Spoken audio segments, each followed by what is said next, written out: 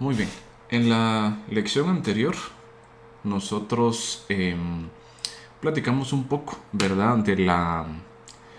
Básicamente del área de la matemática que vamos a utilizar nosotros para poder matematizar nuestras situaciones en sistemas de control. Y vimos que el área de señales y sistemas, específicamente el área de sistemas LTI, nos daba a nosotros la solución, ¿verdad? Para empezar a pensar cómo matematizar pues nuestras situaciones en control. Y a la conclusión principal a la que llegamos fue a la siguiente, que si nosotros teníamos, ¿verdad?, nuestra situación en donde, pues, se recuerdan que hablábamos de cajitas, ¿verdad? Entonces que teníamos nosotros a nuestro sistema con una entrada y con una salida. Pues gracias a nuestra teoría de señales y sistemas lineales e invariantes en el tiempo, nosotros logramos matematizar esa situación y encontrar lo siguiente. Dijimos nosotros, tenemos igual nuestro bloquecito. Llamamos nosotros a nuestra señal de entrada, ¿verdad? X de t, perdón. Llamamos a nuestra señal de entrada U de t. Esta es la forma estándar, ¿verdad? De llamar a la entrada en sistemas de control. Ojo, ¿verdad? Aquí no hay que confundir esta UDT con el escalón unitario, que en algunos cursos ustedes lo han representado como UDT. UDT para nosotros va a ser acá la entrada y la salida Y de T. Y vimos nosotros que utilizando la transformada de Laplace era posible relacionar la entrada y la salida del sistema mediante G de S, ¿verdad? Que nos acordamos, G de S se conoce como la función de transferencia del sistema. Entonces la función de transferencia nos relaciona a nosotros las cantidades U de S y Y de S mediante un teorema fundamental que fue el que nosotros llegamos a establecer en la lección anterior, que nos dice que Y de S va a ser igual a G de S por U de S. Este fue el teorema fundamental al que nosotros llegamos. Como les decía, es un teorema fundamental que ya lo conocen, ¿verdad? La mayoría de ustedes, tal vez no de esta forma en particular, pero por ejemplo, a los que ya llevaron procesamiento de señales, les sonará que la salida de un sistema es igual a la función de transferencia por la entrada, ¿verdad? En el dominio de frecuencia. Para los que han llevado cursos de circuitos, les puede sonar también que el voltaje de salida es igual a la función de transferencia por el voltaje de entrada, y todo esto en Laplace. Entonces es una relación fundamental que vamos a ver nosotros, va a guiarnos en todo lo que vamos a poder estar haciendo y pues descubriendo de los sistemas en este curso. Tenemos que de esta conclusión se desprende también otra que podemos decir que es igual de fundamental, que nos dice a nosotros que la función de transferencia es igual a una tasa, ¿verdad? O una relación entre la salida del sistema con la entrada del sistema. Entonces, esto, digámoslo así, nos puede servir a nosotros de una forma. Démonos cuenta que esto es genérico, no estamos hablando de nada en particular, sino que de un sistema LTI. Precisamente en la lección de hoy lo que quiero que hagamos es que empecemos a contextualizar, ¿verdad? Realmente qué es una función de transferencia, cuál es la importancia de la función de transferencia, y de empezar a quitarnos un poco esa como que preconcepción de que esta teoría funciona solamente pues para circuitos, ¿verdad? Que es lo que ustedes, para lo que ustedes la han usado principalmente, ¿verdad? Antes de este curso. Entonces, como digo, esto es genérico, ¿verdad? Y esto pues ya nos puede ayudar a nosotros a resolver problemas genéricos, ¿verdad? Y quisiera hacer un ejemplo, como le digo, genérico por el momento, solo para recordarnos un poco de la mecánica de cómo funciona esto de las funciones de transferencia, ¿verdad? Etcétera, etcétera. Entonces, consideremos nosotros el siguiente ejemplo. Como les digo, este es más que todo un pequeño repaso para que recordemos cómo podemos utilizar nosotros eh, las funciones de transferencia, ¿verdad? Para resolver un problema genérico de encontrar la salida de un sistema LTI dada cierta entrada, ¿verdad? Pues aleatoria. Entonces nos dice a nosotros lo siguiente, ¿verdad? Nos preguntan cuál es la respuesta en el tiempo del sistema si la entrada es el escalón unitario.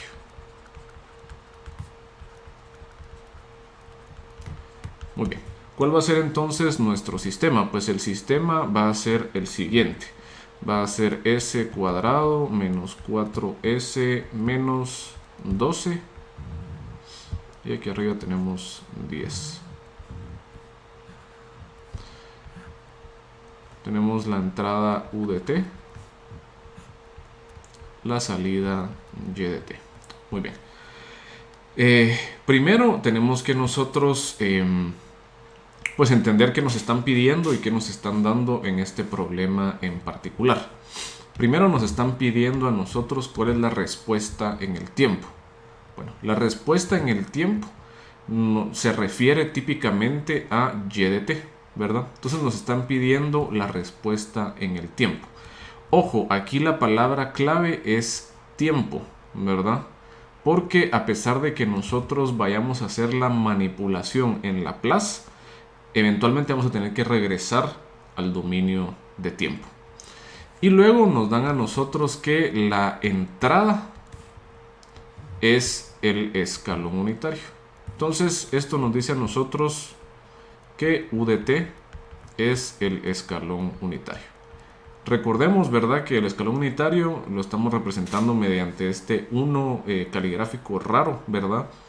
Para no confundirlo con la notación estándar de una entrada, ¿verdad?, en sistemas de control. Muy bien, entonces, ¿cómo resolvemos nosotros este problema? Démonos cuenta que esto es como lo hubieran hecho ustedes en un curso de ecuaciones diferenciales, ¿verdad? Básicamente estamos encontrando nosotros la salida del sistema a cierta entrada, asumiendo de forma implícita en este caso que las condiciones iniciales son todas iguales a 0, ¿verdad? Muy bien, entonces, ¿qué es lo que sabemos? Pues nuestro teorema fundamental nos dice a nosotros, ¿verdad?, que la salida en Laplace es igual a la función de transferencia por u de s. Ya tenemos nosotros g de s, ¿verdad? U de s sabemos nosotros que va a ser la transformada de Laplace de u de t. En este caso tendríamos la transformada de Laplace del escalón unitario. Si ustedes recuerdan, ¿verdad?, esta transformada de Laplace es 1 sobre s. Si no se recuerdan, y sí es importante que tengamos bien claro de que aquí vamos a estar usando bastante Laplace, la ventaja es que no va a ser necesario que nosotros usemos Laplace desde la definición, sino que vamos a hacerlo mediante tablitas. En Canvas, ¿verdad?, se les compartió a ustedes este documento, que es el de tabla de transformadas. Aquí tenemos las tablas de transformadas típicas, ¿verdad? Precisamente vemos aquí que la transformada de Laplace del escalón unitario, ¿verdad?, corresponde a 1 sobre s. Entonces, esta va a ser nuestra guía, ¿verdad?, para las transformadas de Laplace típicas que estemos manejando nosotros en este curso. Muy bien. Es 1 sobre s. Entonces ya podemos escribir nosotros y de s como 10 sobre s por s cuadrado menos 4s menos 12. Muy bien. Luego, igual, si ustedes no recuerdan el procedimiento estándar que tenemos que utilizar nosotros es, bueno, ¿qué es lo que queremos nosotros aquí? Queremos y de t. Y de t lo podemos obtener nosotros a partir de y de s. ¿Cómo? Utilizando la transformada inversa de Laplace, ¿verdad? Y de t va a ser igual a la transformada inversa de Laplace de y de s. Para poder hacer esto, sin embargo, nosotros tenemos que utilizar la metodología de expansión por fracciones parciales. Expandimos por fracciones parciales y luego antitransformamos, ¿verdad? Muy bien, entonces en este caso, para poder hacer expansión por fracciones parciales, primero tenemos que factorizar el polinomio que tenemos en el denominador. En este caso, ¿verdad? Ustedes lo pueden corroborar ahí resolviendo la ecuación cuadrática. Nos queda a nosotros s menos 6, s más 2. 10. Tengo tres factores en el denominador, entonces yo sé que mis fracciones parciales tienen la forma a sobre s, b sobre s menos 6 y c sobre s más 2. Resolviendo las fracciones parciales, encontramos nosotros que y de s es igual a 5 sextos de sobre s, ¿verdad? Más 5 24avos sobre s menos 6. Perdón, este es menos 5 sextos, ¿verdad? Menos 5 sextos sobre s. 5 24avos sobre s menos 6 más 5 octavos sobre s más 2. Muy bien. Entonces encuentro y de t utilizando la transformada inversa de Laplace de y de s. Y lo que hacemos aquí es que igual acudimos de nuevo a nuestras tablitas, solo que ahora la leemos al revés, ¿verdad? Agarramos nosotros el lado izquierdo y vemos a qué corresponde el lado derecho. Por ejemplo, tenemos nosotros uno que es algo multiplicando a 1 sobre s. Sabemos que va a ser un escalón unitario. Luego tenemos nosotros un factor que es 1 sobre s más o menos algo. Sabemos que va a corresponder a una exponencial, ¿verdad? Decreciente si el signo es positivo y creciente si el signo es negativo. Entonces, para este caso particular tendríamos nosotros menos 5 sextos por el escalón unitario más 5 24avos por e a la 6t por el escalón unitario. Tenemos nosotros que como es signo negativo es un exponencial creciente más 5 octavos de e a la menos 2t por el escalón unitario. Entonces nos queda a nosotros sacando factor común que y de t va a estar siendo igual a menos 5 sextos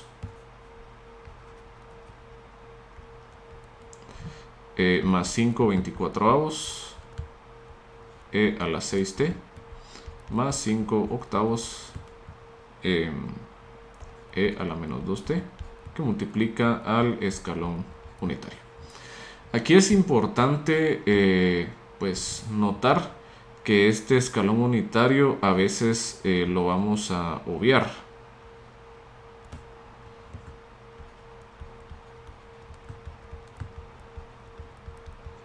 Porque siempre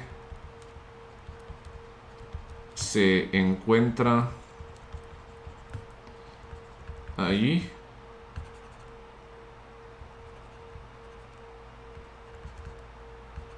siempre se encuentra multiplicando implícitamente a todas las señales. Esto es porque nosotros estamos asumiendo condiciones iniciales iguales a 0, ¿verdad? O sea, no pasa nada antes del tiempo positivo, entonces esto se cumple con el escalón unitario. Entonces, no nos interesa qué pasa en el tiempo negativo, ¿verdad? Porque estamos empezando a considerar la respuesta del sistema hasta que el tiempo empieza a ser mayor a 0, ¿verdad? Entonces, un ejemplo genérico, como les digo, ¿verdad? De pues cómo es que este teorema fundamental nos permite a nosotros encontrar la salida de un sistema LTI a cierta entrada. Con esto podemos hacer más cosas también. Les voy a colocar otro ejemplo, ¿verdad? Para que tengamos ahí otro pequeño ejemplo.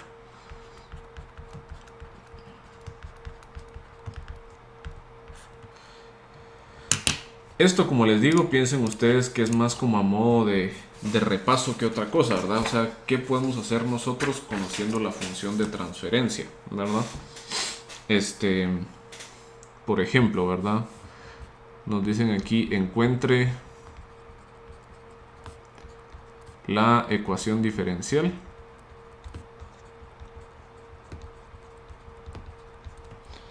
que describe al sistema LTI con función de transferencia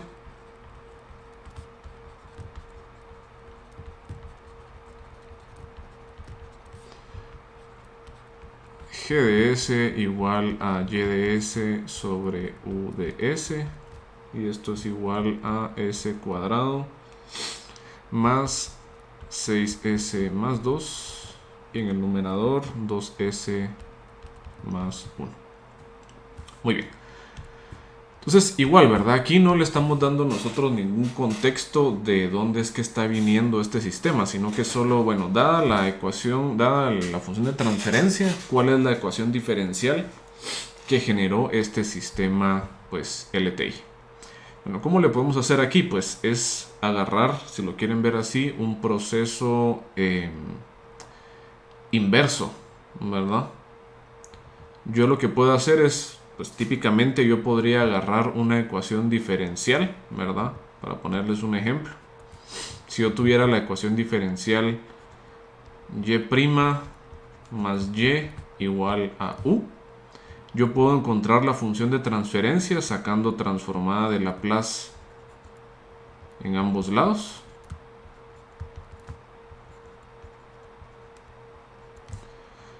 Tendría S y de S más y de S igual u de S, y encontraría la función de transferencia.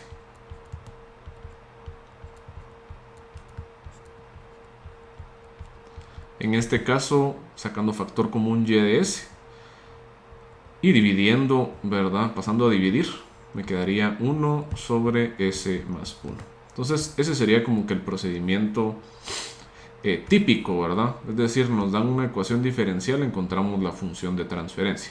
Sin embargo, aquí nos están pidiendo el procedimiento inverso, ¿verdad?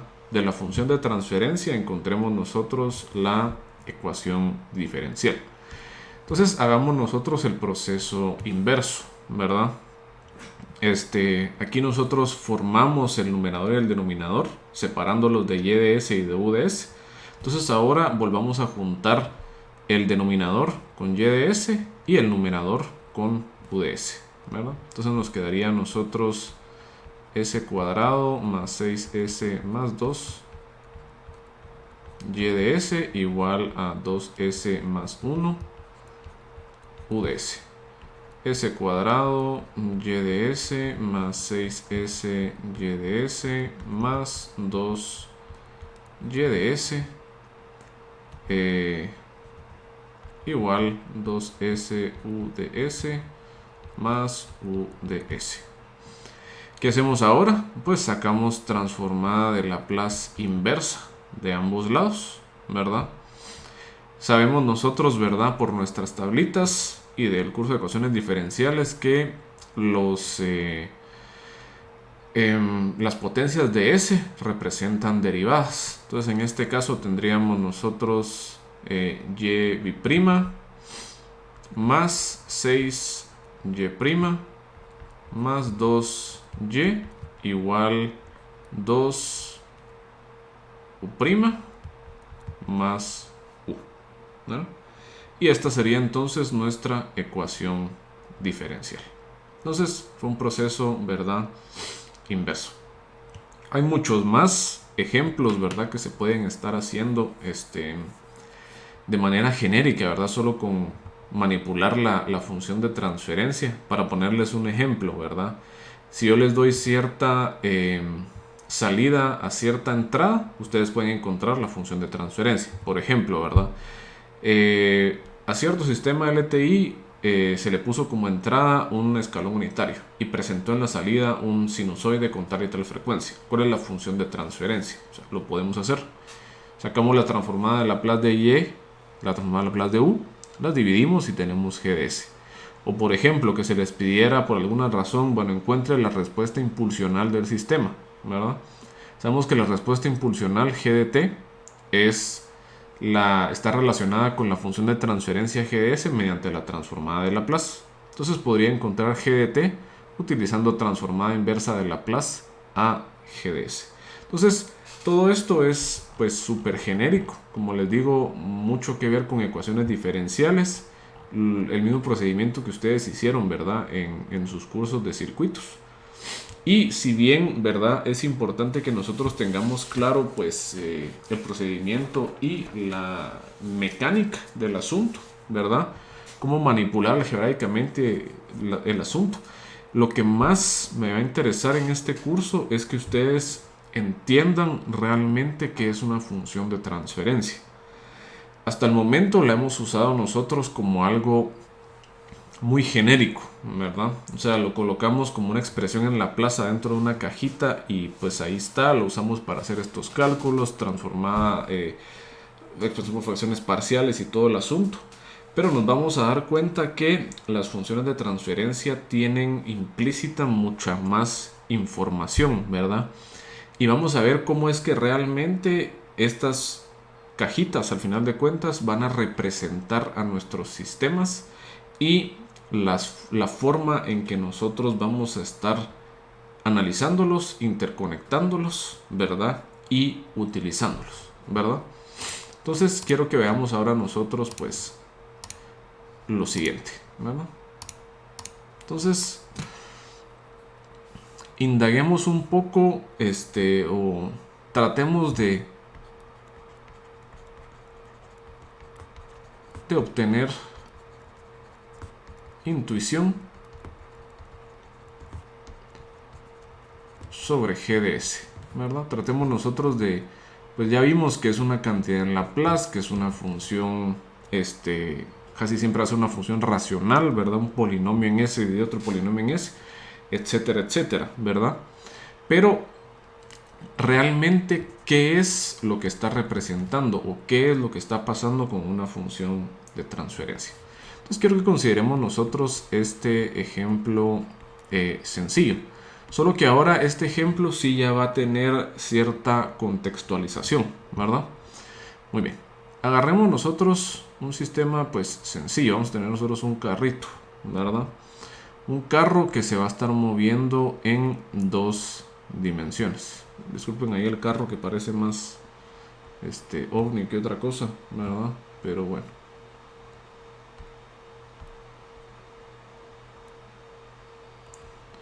Entonces tenemos nosotros pues nuestro carro que se está moviendo en una dimensión, ¿verdad?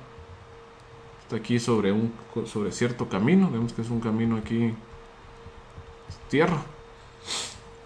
Entonces vamos a tener nosotros que el carro está haciendo pues lo siguiente. Se está desplazando en dirección positiva hacia la derecha. Vamos a decir que esta es Y, ¿verdad? Obviamente estamos diciendo que entonces la salida del sistema está siendo la distancia pues horizontal, ¿verdad? La distancia que recorre el carro, ¿verdad? ¿Me quieren ver así? Coloquemos de una vez. Esto es distancia 1D recorrida. Muy bien. Luego tenemos nosotros que la forma en que nosotros vamos a hacer que este carro avance va a ser mediante una fuerza de empuje que vamos a llamar nosotros U, ¿verdad? Fuerza de empuje.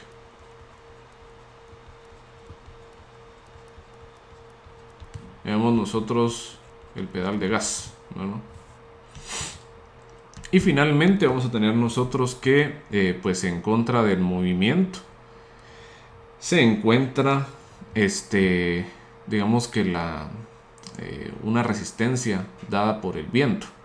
Y digamos que esa resistencia dada por el viento va a ser pues proporcional a la velocidad del carro. Esto dicho de otra forma, digamos que es equivalente a que multipliquemos la velocidad por una constante proporcional, ¿verdad? Una constante de proporcionalidad ahí, llamémosle B. Entonces en este caso, digamos también que el carro tiene masa M, ¿verdad? Vamos a colocar acá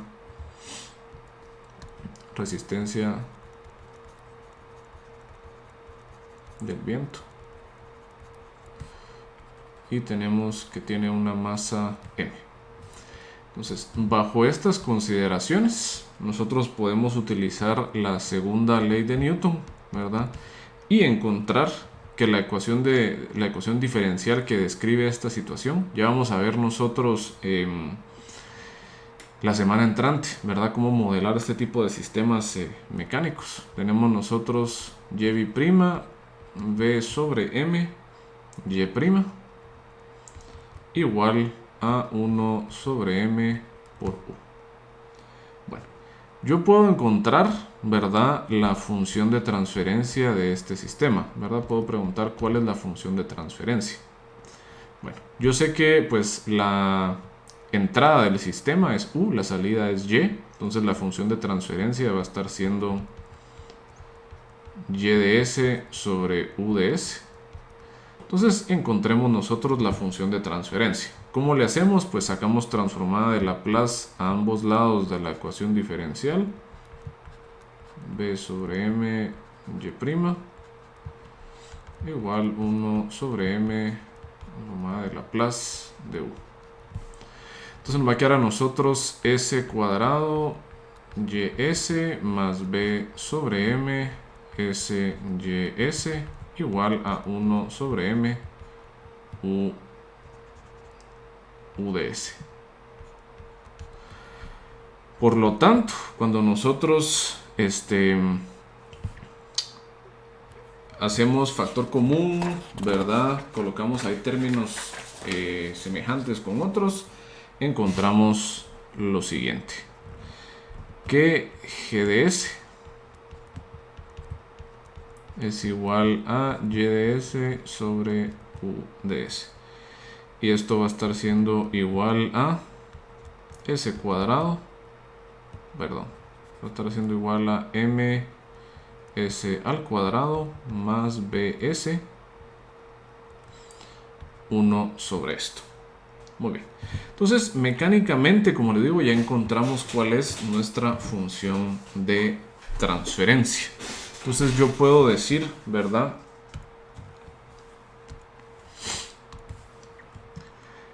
que mi carrito, ¿verdad?, o esta situación se ve representada mediante un bloque que tiene función de transferencia ms cuadrado más bs 1 sobre esto. Tiene como entrada u de t y tiene como salida y de t. Obviamente aquí pues con su transformada de Laplace asociada, y de s. Muy bien, entonces digamos que ahí ya tenemos nosotros digamos la forma genérica de nuestro sistema. Ya lo podemos representar mediante la función de transferencia, o sea, matemáticamente ya encontramos la función de transferencia. ¿Pero eso qué? O sea, ¿de qué nos sirve la función de transferencia? Realmente, ¿qué nos está diciendo la función de transferencia? Entonces, o sea, aquí la pregunta sería, pues, ¿qué, verdad? O sea, la pregunta es, ¿realmente qué nos dice la función de transferencia?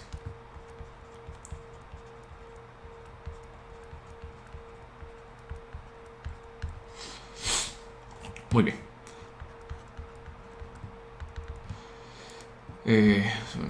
Pues 2 puntos. Entonces, miren, pues lo que resulta ser bastante revelador, ¿verdad? Para el momento de que cuando nosotros hablamos de funciones de transferencia, es hacer un análisis dimensional, ¿verdad? O sea, darle nombre y apellido a las cosas, ¿verdad? Darle nombre y apellido a las cosas. ¿A qué me refiero con esto? Bueno, nosotros tenemos que este sistema está relacionando dos cantidades. La cantidad U de t, ¿verdad? Y la cantidad y de t. Nosotros sabemos, ¿verdad? Por la forma en que nosotros definimos a U de t, que esta es la fuerza de empuje. Le llamamos nosotros básicamente la gas, ¿verdad? La fuerza producida por presionar el pedal de aceleración, ¿verdad? Y yo sé que como esta es una fuerza, la dimensional va a ser newtons. Muy bien. Luego yo tengo que la salida del sistema me dice a mí que es la distancia unidimensional recorrida. Si es distancia y estamos en el sistema estándar, ¿verdad? Yo sé que esto va a estar en metros, ¿verdad? Entonces nos podemos dar cuenta, ¿verdad? Entonces nos damos cuenta que el sistema transforma fuerza mecánica en desplazamiento.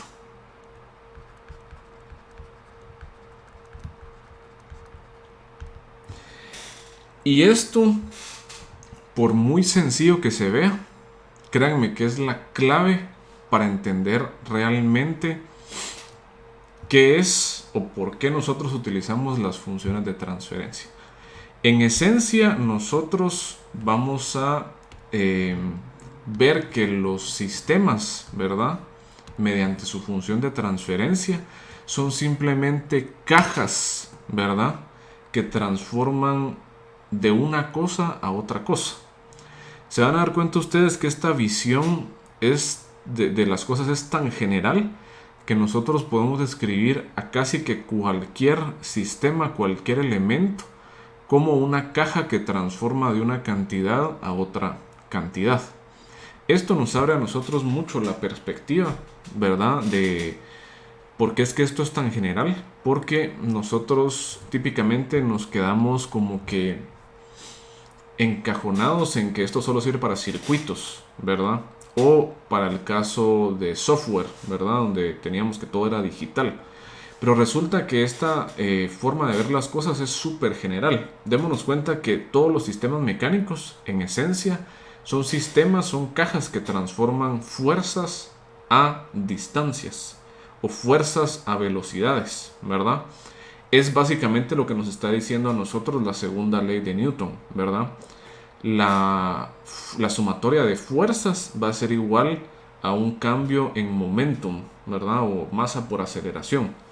Tenemos la versión, por ejemplo, si estamos hablando de velocidades y fuerzas lineales, tenemos que, si yo vengo y tengo a mi carrito, ¿verdad?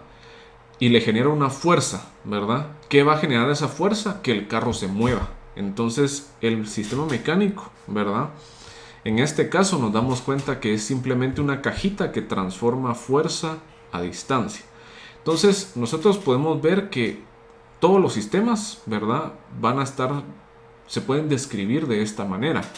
Por ejemplo, ¿verdad? O sea, los circuitos, ¿verdad? Y eso era, digamos, que lo aburrido de los circuitos, van a transformar de voltaje a voltaje, por ejemplo, ¿verdad? O de voltaje a corriente. O de corriente a corriente, de corriente a voltaje. Solo tenemos términos muy, sencillos, ¿verdad? Como para poder, definir circuitos. Pero, por ejemplo, si empezamos a hablar nosotros de sensores, la cosa se pone pues más interesante. Para ponerles un ejemplo bien sencillo, ¿verdad? ¿Qué hace un potenciómetro? Pues un potenciómetro, ustedes mueven un eje mecánicamente, ustedes están cambiando la posición mecánica, ¿verdad? De un componente mecánico y automáticamente están cambiando ustedes la resistencia en las terminales del potenciómetro. O bien, si ustedes lo conectan como un divisor de voltaje, están cambiando el voltaje de la pata central del potenciómetro. Otro ejemplo, que ustedes tengan un fotorresistor, pues están ustedes transformando intensidad de luz en lúmenes, ¿verdad? A un cambio de resistencia en ohmios. Por ejemplo, ¿qué pasa si ustedes están hablando de, ¿qué les diría? Un sensor de velocidad, ¿verdad? El sensor de velocidad va a medir velocidad, o sea, va a tomar como entrada velocidad y la salida va a ser un voltaje o algún valor digital o, ¿verdad? Algo similar. Entonces, nos damos cuenta entonces que todos los sistemas, ¿verdad? Resultan ser aptos para poderse describir de esta forma, ¿verdad? Como cajitas que transforman de una cantidad a otra cantidad, ¿verdad? Y es importante darnos cuenta de esto, ¿verdad? Si quieren verlo así, o sea, vamos a colocar esta observación, ¿verdad? Esto nos dice en general.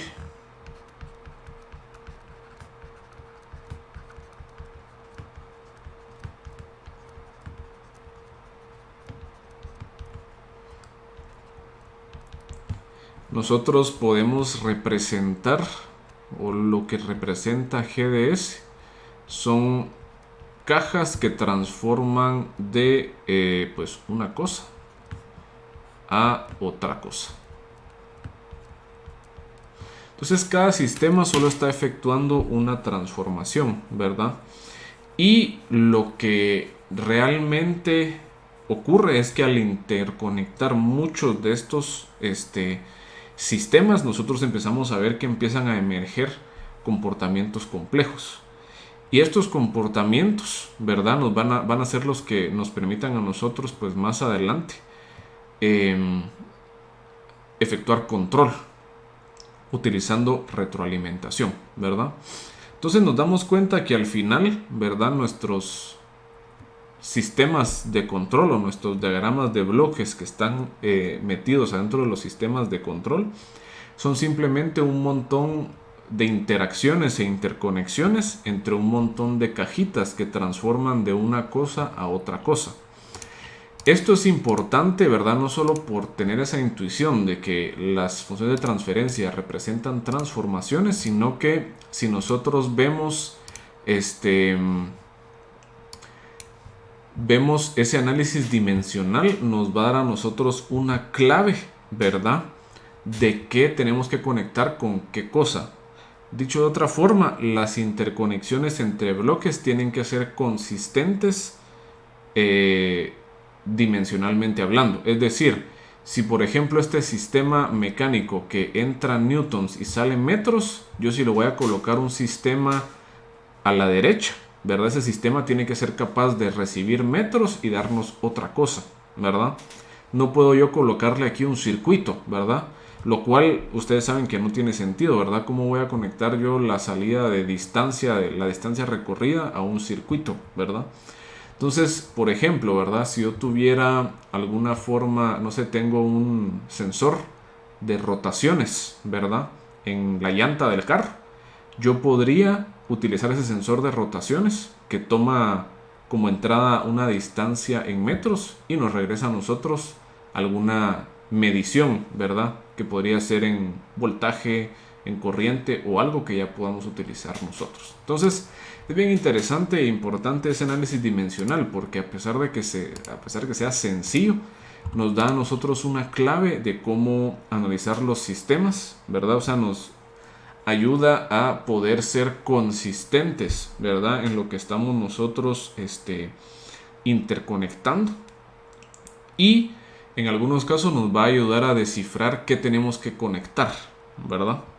Entonces quiero que veamos nosotros un ejemplo, ¿verdad? En donde llevemos esto a un extremo exagerado, ¿verdad?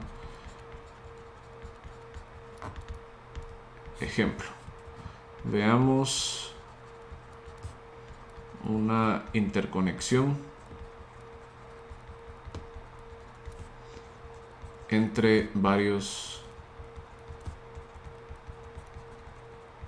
sistemas. Entonces consideremos nosotros la siguiente situación ficticia, si lo quieren ver ustedes así, que a pesar de que no pareciera que podamos modelar utilizando pues funciones de transferencia y diagramas de bloque y sistemas de control, vamos a ver de que en efecto sí podemos. Vamos a agarrar ahí un niño, ¿verdad? Piensen ustedes, no sé, su hermano, su primo, sobrino, un hijo, ¿verdad? Qué sé yo.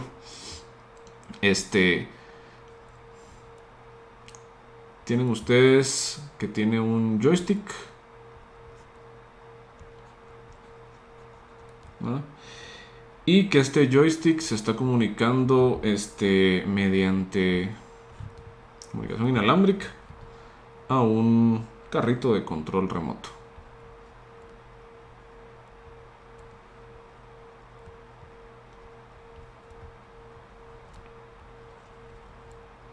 ¿No? Tiene su antena y aquí está recibiendo la información, ¿no? Y la idea es que pues este niño lo que quiere hacer es controlar al carrito tal que llegue pues a la meta.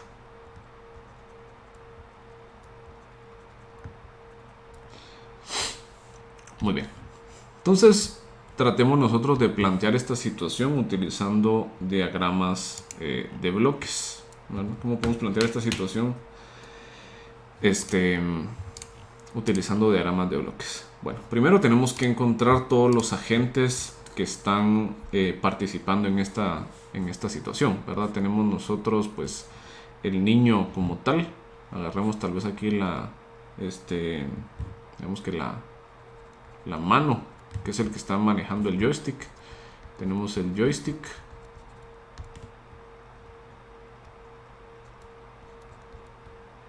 Tenemos nosotros el emisor y el receptor de la señal inalámbrica. Tenemos nosotros el carrito. Está pues compuesto por cierta electrónica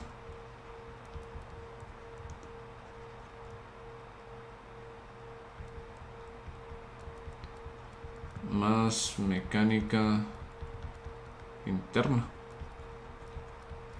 ¿verdad? Y vamos a considerar también nosotros el medio de transporte, ¿verdad? De esta señal de radiofrecuencia, ¿verdad? Entonces construyamos nosotros el diagrama de bloques de esta situación, ¿verdad? Coloquemos ahí a cuáles actores tenemos nosotros involucrados. Tenemos al joystick,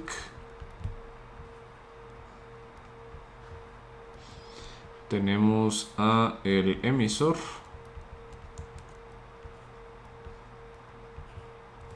tenemos al medio,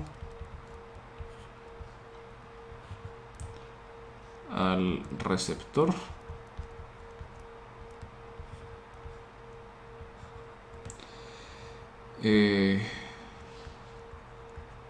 al carro. Y yo sé que la información lleva un flujo en serie, ¿verdad? De uno pasa al otro y de otro pasa al otro. Muy bien. Entonces, ¿qué es lo que está pasando acá? Bueno, el joystick es una palanca mecánica, ¿verdad? Que está reaccionando a los movimientos de la mano del niño. Cuando el niño mueve el joystick internamente, ese tiene potenciómetros, ¿verdad? Y esos potenciómetros están conectados de tal forma que son divisores de voltaje. Entonces el joystick nos va a generar a nosotros un voltaje de control. Ese voltaje de control, ¿verdad? Va a entrar a este emisor, que puede ser que sea un circuito que tenga un microcontrolador. Este utiliza un ADC para agarrar este voltaje, lo codifica y luego lo manda mediante una señal RF, ¿verdad? Radiofrecuencia. El medio lo que hace es de que pasa la señal de radiofrecuencia. El medio lo que hace es que la degrada. Por ejemplo, si hubiera una pared en medio o si hubiera alguna persona en medio, ¿verdad? El medio degrada la señal, pero me otorga algo de la misma naturaleza, ¿verdad? Démonos cuenta que aquí todo tiene que ser consistente con respecto a las dimensionales, ¿verdad? Entonces aquí entró señal RF, salió señal RF. El receptor, ¿verdad? Si es lo contrario del emisor, tiene que ser lo contrario, en que toma lo que saca el emisor y regresa lo que entra al emisor. Entonces entra una señal RF y nos regresa a nosotros un voltaje de control.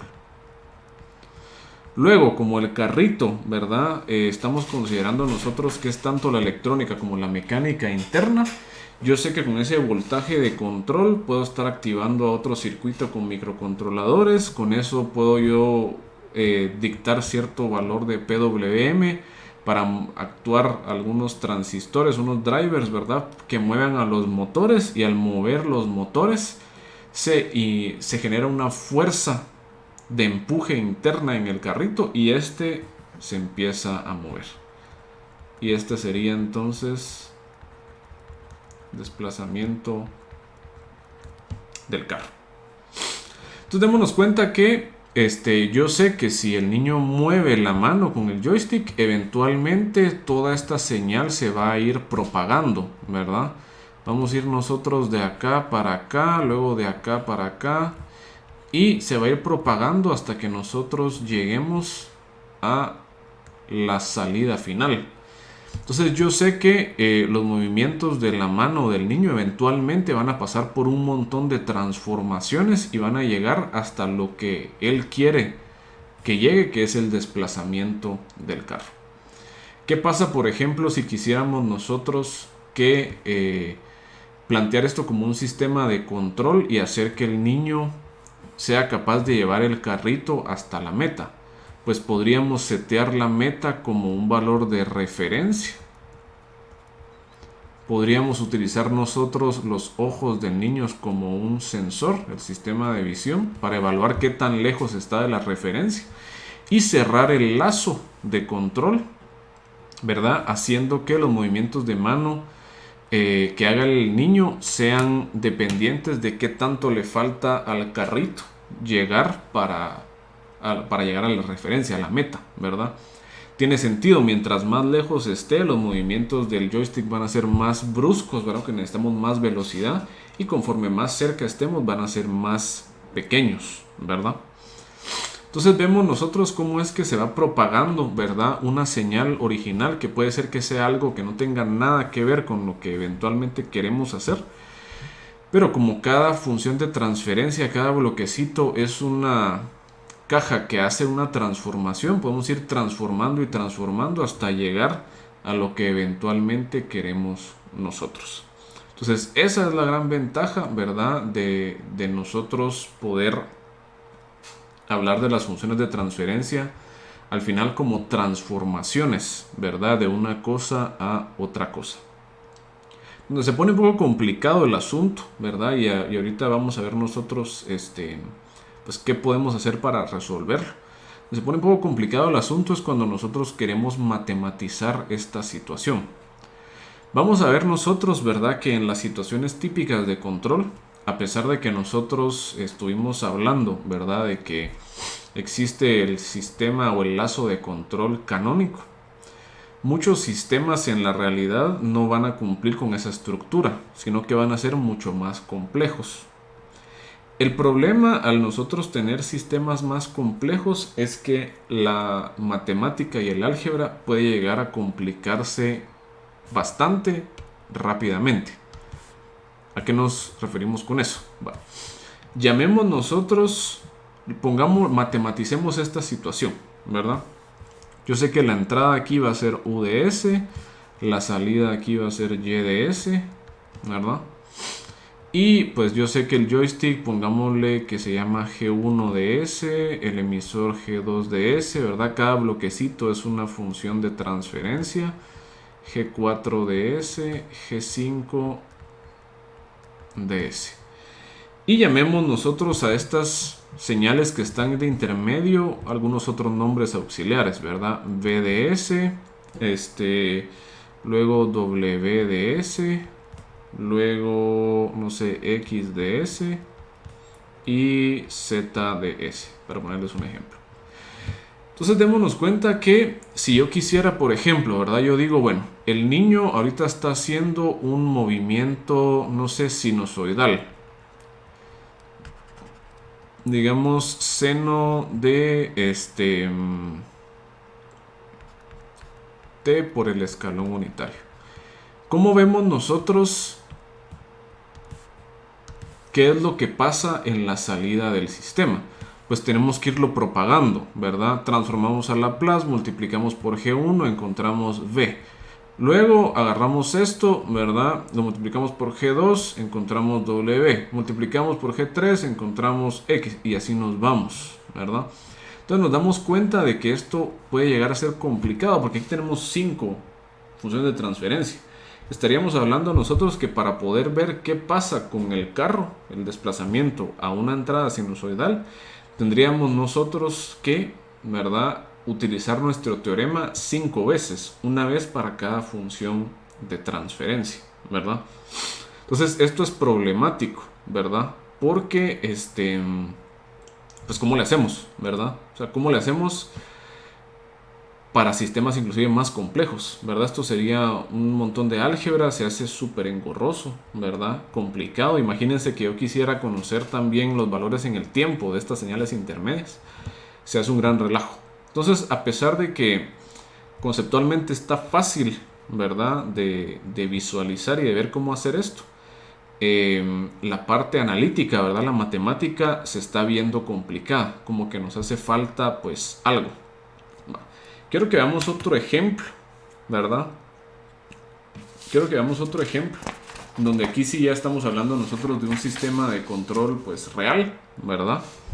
Aquí quiero que veamos dos cosas. Primero, cómo es que esta visión de que las funciones de transferencia son transformaciones, ¿verdad? Y el hecho de que tengamos que ser consistentes con respecto a las dimensionales nos permite a nosotros encontrar que tienen que ser ciertos componentes y además ver otra situación en donde otra vez pareciera que nuestra álgebra, a como está actualmente, se ve como que muy complejo, ¿verdad? Entonces para este ejemplo quiero que veamos nosotros el diagrama de bloques de un servomotor. Entonces vean, pues este diagrama de bloques resulta que ya es un sistema de control, ¿verdad? O sea, sus servos, los que usan ustedes típicamente, son un sistema de control, ¿verdad? Vamos a ver ahí más adelante en el laboratorio cómo es que se puede construir un servo e inclusive cuando regresemos ya físicamente a la universidad vamos a ver cómo construir esto físicamente. Muy bien. Entonces, aquí tenemos nosotros referencia más menos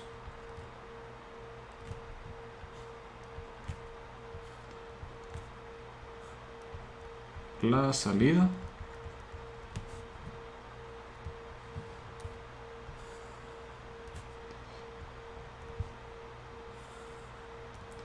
Y retroalimentado con el sensor. Muy bien. Entonces veamos nosotros, primero démosle forma a este asunto, ¿verdad? Como les digo, quiero que veamos cómo es que simplemente con este análisis dimensional podemos nosotros llegar a descifrar qué tenemos que comprar o qué tenemos que interconectar, ¿verdad? Para formar este sistema, ¿verdad? Que corresponde a un servomotor, ¿verdad? Y luego que veamos también cómo es que si tratamos de aplicar nuestra metodología actual, ¿verdad? Con el teorema como lo conocemos, así de forma directa, se complican las cosas. ¿Va? Piensen ustedes que este servomotor es su servomotor típico, ¿verdad? El que ustedes compran, que han usado, ¿verdad? En sus proyectos, ¿verdad? Que tienen ustedes acá, pues, como herramienta, pues por acá. Ustedes tienen que, ¿verdad? Se conecta, tiene 3 terminales. Tienen ustedes voltaje, ¿verdad? Tierra. Y aquí tienen ustedes una señal de PWM. La señal de PWM obviamente les dice a ustedes cuál es el ángulo al que quieren que llegue el servo. Entonces, eso ya utilizando el lenguaje de sistemas de control, claramente es la referencia, ¿verdad? El ángulo al que queremos que se coloque el servo va a ser la referencia. Ese ángulo se lo damos nosotros al servo como una señal de voltaje. Entonces nuestra referencia, ¿verdad? Está siendo voltaje. Si la referencia es voltaje, ¿verdad? Entra aquí sumando. Yo lo que quiero hacer es compararla, ¿verdad? Con lo que me está dando este sensor. Si yo quiero hacer esta comparación, ¿verdad? Para poder generar, ¿se acuerdan ustedes? El error. El error hace una comparación, ¿verdad? Entre qué es lo que yo quiero que haga el sistema, ¿verdad? Y qué es lo que está haciendo actualmente el sistema, ¿verdad? Entonces, si yo sé que la referencia está como un voltaje y yo quiero comparar esta referencia, que es un voltaje, con lo que me está dando el sensor, para poder comparar, ahí sí que peras con peras y manzanas con manzanas, esta salida retroalimentada del sensor tiene que ser también un voltaje. Si estoy comparando voltaje con voltaje, pues la salida debería ser también un voltaje. Entonces, el error es un voltaje. Muy bien.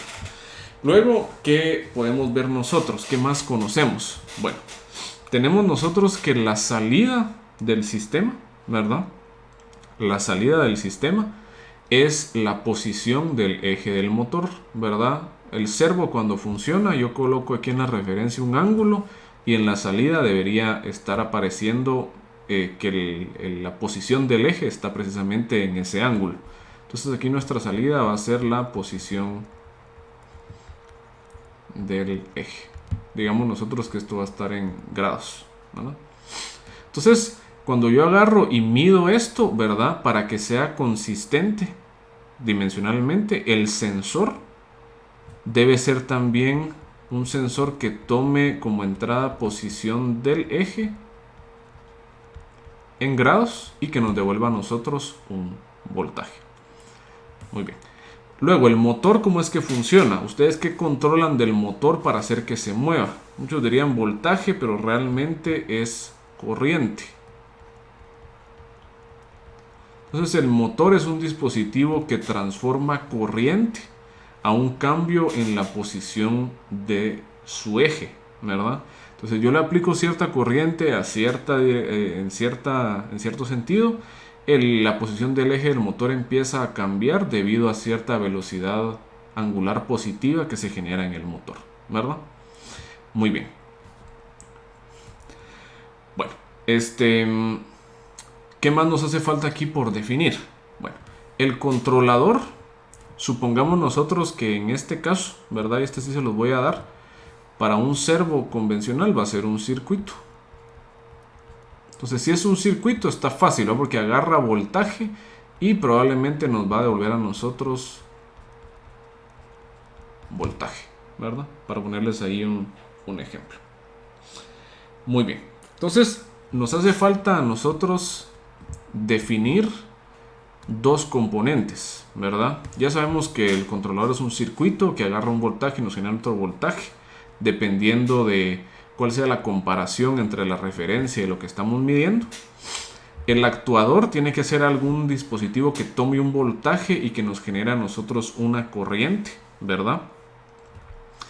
Y luego el sensor tiene que ser un dispositivo que tome un cambio en la posición del eje y nos regrese a nosotros un voltaje. Empecemos con el sensor, ¿verdad? ¿Qué creen ustedes que podría ser un dispositivo que al cambiar la posición del eje nos cambia a nosotros un voltaje? Y de esto ya lo hablamos nosotros un poco hace unos minutos. Resulta ser un potenciómetro, ¿verdad? Si nosotros agarramos un potenciómetro, ¿verdad? Y nosotros este potenciómetro lo conectamos como divisor de voltaje, ¿verdad? Sabemos nosotros que si esto lo conectamos a tierra y esto lo conectamos a voltaje, yo sé que esta pata de en medio, al momento de mover nosotros el eje del potenciómetro, esta pata de voltaje va a ir cambiando de valor.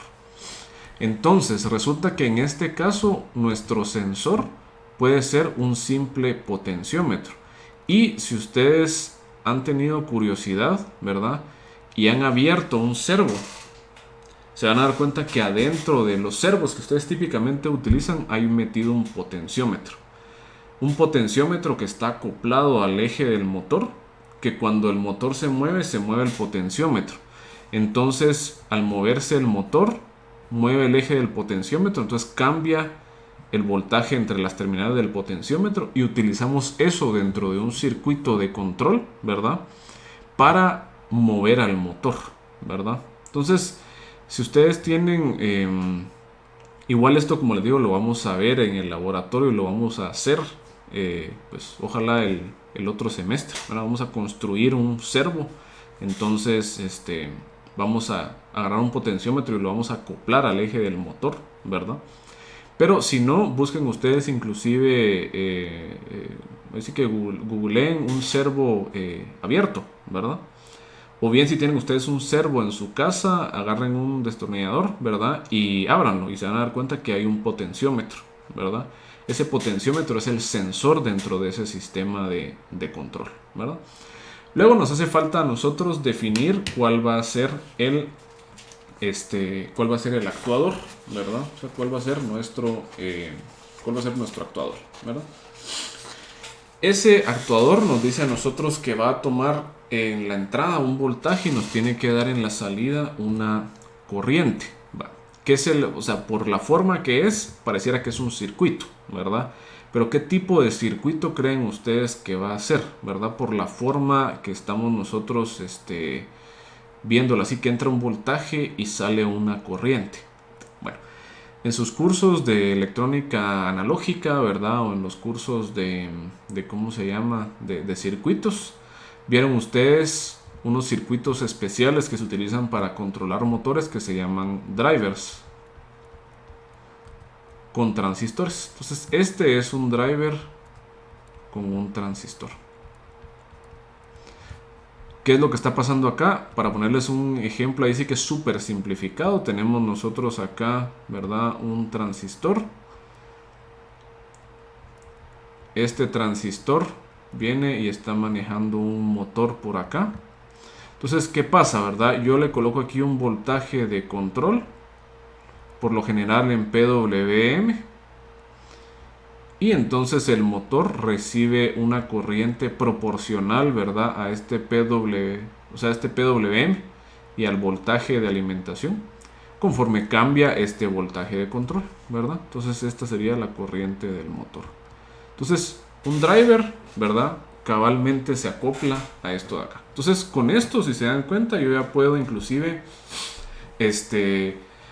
determinar qué piezas tengo que conectar, qué piezas tengo que comprar y cómo las tengo que conectar, ¿verdad? Entonces es bien importante porque los diagramas de bloque, ¿verdad? Nos dicen a nosotros, ¿verdad? Los diagramas de bloque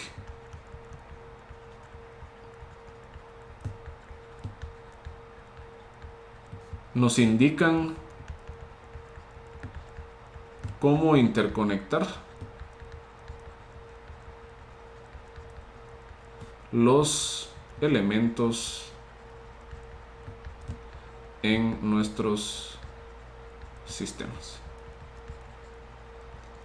Es bien importante, ¿verdad? Porque entonces yo si ya sé que esto es consistente en términos de dimensionales, ¿verdad? Yo, bueno, agarro mi circuito, la salida del circuito, la conecto al driver con el transistor, luego ahí conecto el motor, ¿verdad? Luego, al eje del motor lo acoplo, ¿verdad? Al sensor. Luego lo que saca el sensor, que es un voltaje, lo meto al circuito. Por ejemplo, aquí esto de acá, para hacerlo así todavía más explícito, esto de acá bien podría estar siendo, por ejemplo, un restador inversor, para ponerles un ejemplo. Aquí tenemos nosotros una entrada, luego la otra entrada, ¿verdad? Un restador inversor.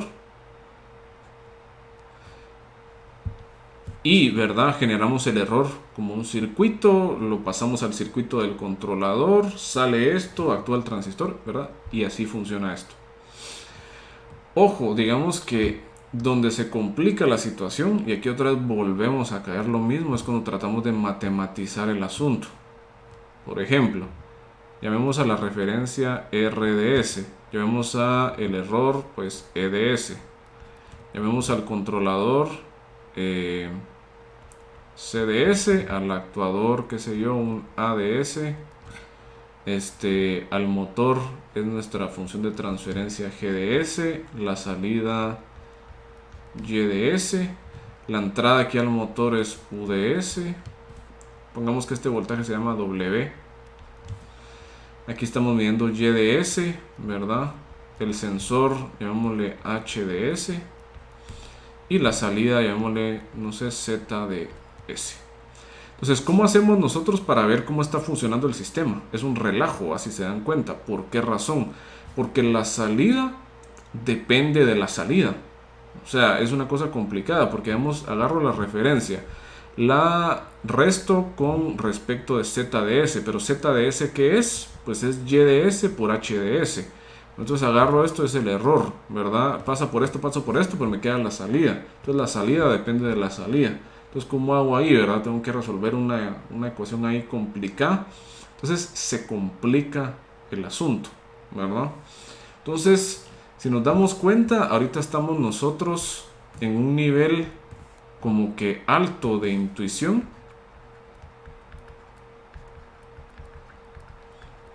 pero bajo de facilidad algebraica. O sea, ya entendemos nosotros, inclusive dense cuenta que, o sea, estos sistemas que vimos aquí como interconexión de varios subsistemas son importantes porque, o sea, no solamente nos dicen cómo están interactuando los elementos del sistema, sino que nos permiten inclusive definir algunos elementos que no sabíamos que eran, por ejemplo el sensor, el actuador, e inclusive, ¿verdad? Otra cosa súper importante es que nos dicen cómo conectar los elementos dentro del sistema de control real. Estos diagramas de bloques son muy útiles porque son diagramas de implementación, o sea, mi sistema real va a estar implementado con todos esos bloquecitos, ¿verdad? Sin embargo, démonos cuenta que al momento de querer analizar estas interconexiones de bloques, está complicado, ¿verdad? Hay muchos elementos, hay muchos actores, hay muchas señales, y a pesar de que sí tenemos este teorema fundamental, aplicárselo a cada pedazo está muy crítico, está muy complicado, ¿verdad? Entonces, la pregunta que tenemos que hacernos nosotros ahora es ¿cómo simplificamos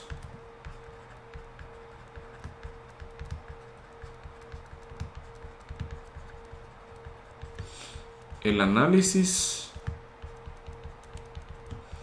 de diagramas de bloques o de interconexiones o interacciones entre muchos sistemas complejos, ¿verdad? ¿Cómo simplificamos el análisis de diagramas de bloques complejos? Dicho de otra forma, ¿cómo nosotros simplificamos el análisis de una interacción muy grande de muchos sistemas? Y que muchos de los sistemas puede ser que sean complicados. Imagínense ustedes que el motor sea una función de transferencia con numerador, denominador. Otra así. El controlador, otra así. El sensor, otra así. Al mezclar todo eso es un relajo algebraico, ¿verdad? Entonces, ¿cómo simplificamos el análisis de diagramas de bloques complejos? Y la respuesta es la conclusión más importante de la lección de hoy. Y es mediante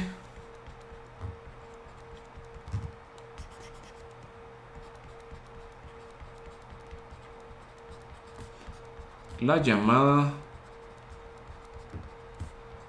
álgebra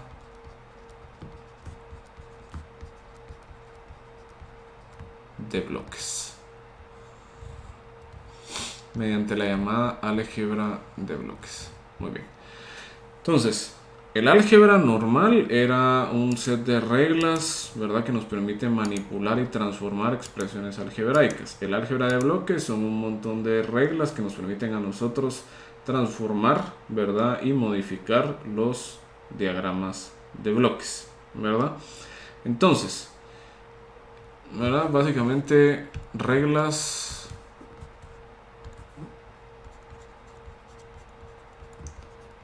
que permiten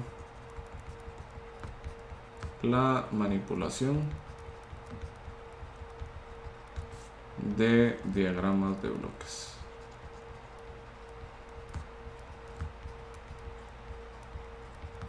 Eso es básicamente. Muy bien. Entonces miren, pues los diagramas de bloques por lo general, ¿verdad?, van a estar compuestos de a lo sumo 4 elementos fundamentales. O sea, van a ser una interconexión de 4 elementos fundamentales. Primero, las funciones de transferencia o los sistemas.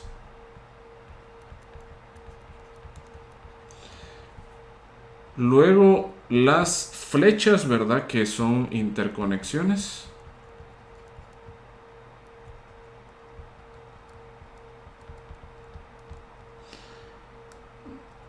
Son interconexiones. Luego tenemos nosotros lo que son sumadores o restadores, ¿verdad? Por lo general se representan de esta forma, ¿verdad?, como un círculo con un signo más en medio si es un sumador, o si es un restador con más menos hacia afuera. En algunas referencias también los representan así. Permítanme. Lo representan así, le ponen aquí el más y el menos, ¿verdad? Pero estos son sumadores y restadores.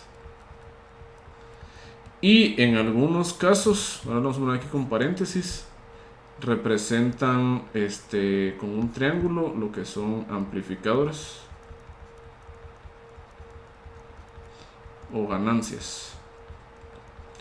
Nosotros no lo vamos a estar utilizando, ¿verdad? Pero existen algunas referencias que sí los usan. Entonces, solo para que ustedes tengan ahí en consideración esto. Muy bien. Entonces, ¿cuáles van a ser las reglas del álgebra de bloques? Pues resulta que igual, ¿verdad?, dependiendo de la referencia, hay más o menos reglas para el álgebra de bloques. Las que vamos a estar usando nosotros en particular son estas de acá.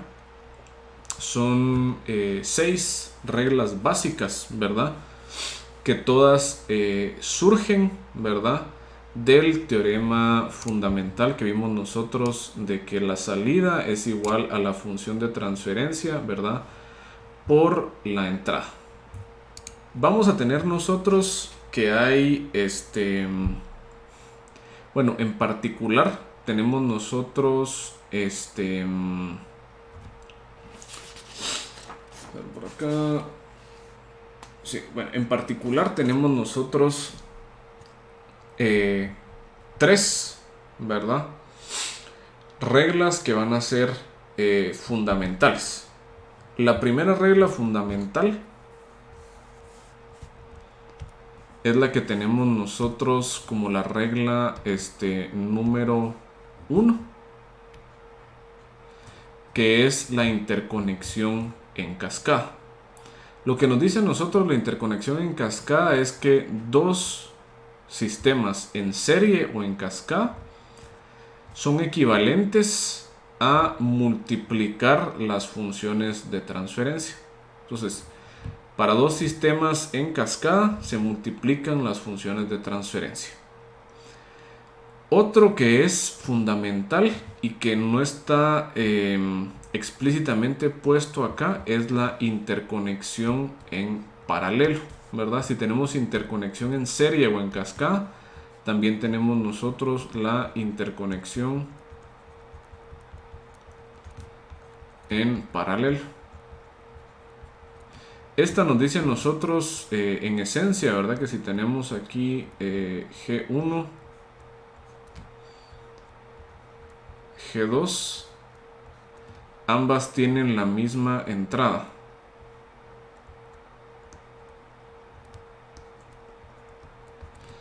Y sumamos las salidas.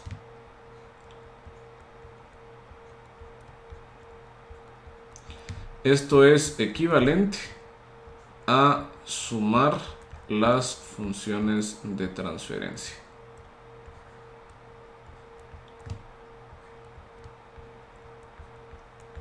Ese es otro fundamental, ¿verdad? La interconexión en cascada, en paralelo.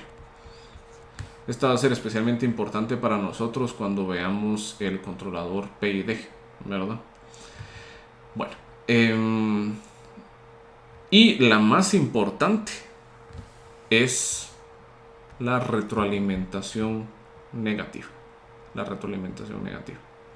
La retroalimentación negativa nos va a permitir a nosotros precisamente hacer pues, todo lo que vamos a hacer como fundamental en sistemas de control. Porque si ustedes se recuerdan, nosotros dijimos que la clave de poder hacer control es la retroalimentación. Y específicamente la retroalimentación negativa, ¿verdad?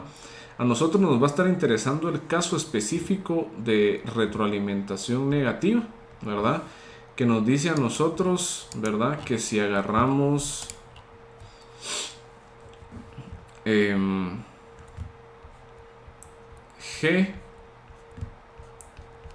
H,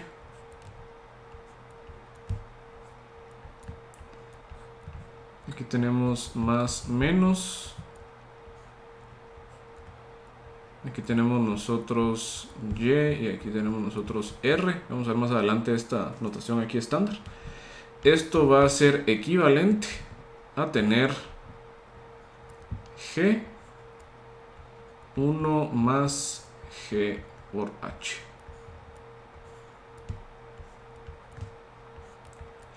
Eso nos dice a nosotros la interconexión mediante retroalimentación negativa, ¿verdad? Nos da esta forma de simplificar esta situación, ¿verdad? Que como les digo, pareciera que para otra situación es un poco rara, pero para control va a ser para nosotros fundamental, ¿verdad? Entonces tenemos nosotros esas reglitas fundamentales. Tenemos estas otras, ¿verdad? Las otras 4. Y además tenemos muchas otras más en otras referencias. Básicamente todo lo que estamos haciendo aquí es representar mediante bloques relaciones algebraicas, ¿verdad? Ustedes pueden llegar a demostrar esto utilizando relaciones algebraicas. Para ponerles un ejemplo en particular aquí con la interconexión en paralelo, ¿verdad? Ustedes pueden encontrar esta equivalencia sabiendo que, pues en este caso, esta salida de acá es G1 por U, esta de aquí es G2 por U. Entonces la salida es la suma, que sería G1 de U más G2 de U. Y con sacando factor común u, nos quedaría G1 más G2 por u. O sea, cualquier simplificación algebraica se puede ver como una simplificación en diagramas de bloques. Entonces la idea aquí es nosotros evitar andar haciendo muchas simplificaciones algebraicas y mejor hacer nuestras simplificaciones utilizando bloquecitos. Creo que va a ser más fácil, va a haber más intuición ahí con los bloquecitos. Entonces, lo que necesito que veamos ahora son un par de ejemplos de cómo aplicar esta álgebra de bloques, ¿verdad? Para nuestros diagramas de bloques, para un diagrama de bloques pues genérico. Muy bien. Entonces veamos nosotros el siguiente ejemplo. Entonces nos dice a nosotros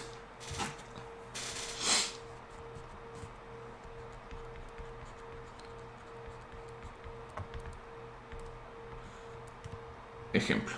Nos dice encuentre el equivalente en lazo abierto del siguiente diagrama de bloques. Entonces tenemos nosotros el diagrama de bloques dado por 10,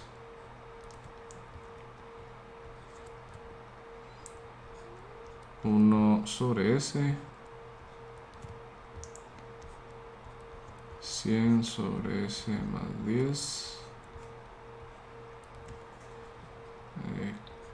K,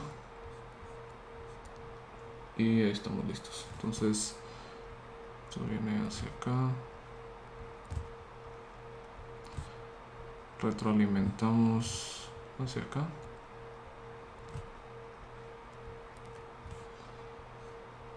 sale por acá, retroalimentamos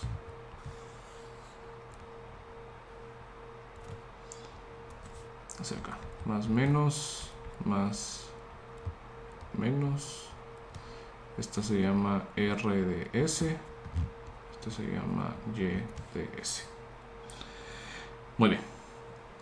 Entonces, ¿qué es lo que nos están pidiendo en este problema? ¿Verdad? Porque lo están pidiendo ahí una cosa un poco rara, ¿verdad? Nos dicen a nosotros encuentre el equivalente en lazo abierto. Entonces aquí ¿qué es esto de equivalente en lazo abierto? Pues el equivalente en lazo abierto nos dice a nosotros que pues este sistema de acá se conoce que es un sistema en lazo cerrado. ¿Por qué razón? Porque existe un lazo con retroalimentación, ¿verdad? Entonces todo sistema que presente retroalimentación es un sistema en lazo cerrado. Los sistemas que no presentan retroalimentación son sistemas en lazo abierto, ¿verdad? Entonces lazo abierto sin retroalimentación, lazo cerrado con retroalimentación. Vamos a ver que también esta clasificación, ¿verdad? El lazo abierto y lazo cerrado también se utiliza en la literatura para hablar de sistemas sin control y con control, ¿verdad? Los sistemas en lazo abierto son sistemas que no presentan un control aparente, ¿verdad? Porque no tienen ningún lazo de retroalimentación. Y los sistemas en lazo cerrado por lo general son sistemas que ya están adentro de un lazo de control. El equivalente en lazo abierto, entonces, para este tipo de problemas a lo que se refiere es que queremos encontrar nosotros un sistema equivalente que sea simplemente un bloque donde esté entrando R de S y donde esté saliendo Y de S. Lo que queremos encontrar nosotros es esta función de transferencia que relaciona a R de S con Y de S. Si regresamos, por ejemplo, a los ejemplos que teníamos aquí anteriormente, al utilizar el equivalente en lazo abierto, estaríamos encontrando nosotros, por ejemplo, aquí cómo es que los movimientos de mano del niño afectan al desplazamiento del carro directamente. Es decir, yo aquí ya podría venir, colocar que la entrada va a ser el seno de t. Luego utilizar la función de transferencia equivalente, ¿verdad? Del sistema en lazo abierto equivalente. Y encontrar cuál es y de s de una manera pues muy sencilla, ¿verdad? Utilizando igual álgebra y expansión por fracciones parciales, etcétera, etcétera, pero ya encuentro la relación directa. Igual acá yo podría ver cómo es que el sistema reacciona a un cambio en la referencia. Entonces en este caso lo que queremos hacer es precisamente eso, ¿verdad? Simplificar nuestro diagrama de bloques hasta que sea un único hasta que sea un único bloque. Entonces, ¿cómo vamos a estar haciendo nosotros en este caso? Bueno, la forma en que yo quiero que ustedes desarrollen el procedimiento, ¿verdad? Para estos problemas de diagramas de bloques es que sean lo más explícitos posibles. Lo que les voy a pedir que hagan es que ustedes pongan un recuadro o un círculo o algo punteado o de algún otro color en donde sea que ustedes van a aplicar cierta regla. Por ejemplo, yo aquí veo que estos dos sistemas están en cascada. Entonces estoy diciendo que voy a aplicar una interconexión en cascada. La interconexión en cascada era la número 1 de la tablita que teníamos de álgebra de bloques. Entonces yo coloco que estoy utilizando la regla número 1. ¿Qué hago? Voy a redibujar el diagrama haciendo efectivo ese cambio al utilizar esa regla.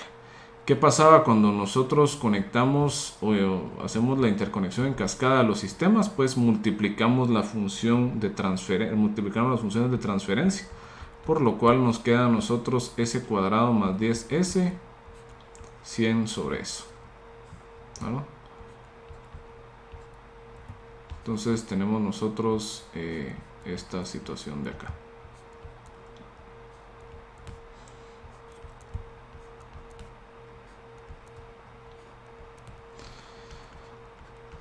R de S, Y de S, y tenemos las retroalimentaciones, una por acá y la otra por acá. Muy bien.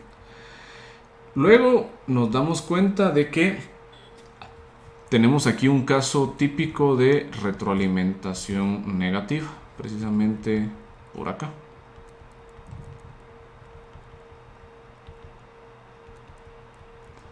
En donde este 100 sobre s cuadrado más 10s es la función de transferencia de arriba, y aquí abajo podemos asumir nosotros que hay un bloquecito que tiene un valor de 1, ¿verdad? Entonces podemos aplicar nosotros la regla número 6, ¿verdad? Que es la que corresponde a retroalimentación negativa, para encontrar, ¿verdad? Para encontrar cuál es esta simplificación, ¿verdad? De retroalimentación negativa. Entonces la retroalimentación negativa nos dice a nosotros, es la función de transferencia de arriba, cuadrado más 10s, sobre 1 más la función de transferencia de arriba por la función de transferencia de abajo, que es 1. Bueno, aquí agarramos y hacemos la regla de... bueno, aquí podemos ver nosotros como que lo más fácil de hacer es multiplicar arriba y abajo, ¿verdad? Por el denominador, ¿verdad? Multiplicar arriba y abajo por el denominador que tenemos nosotros acá, ¿no? Entonces voy a multiplicar por s cuadrado más 10s sobre s cuadrado más 10s. Esto nos da a nosotros igual a, ¿verdad? Este cancela, este de aquí cancela este de acá. Este de acá cancela este de acá, pero multiplica al 1. Entonces nos queda a nosotros s cuadrado más 10s más 100. Y 100 aquí arriba, ¿verdad? Muy bien. Redibujamos ya con esa simplificación. Entonces tenemos nosotros primer restador, 10. Aquí tenemos nosotros s cuadrado más 10s más 100. 100 k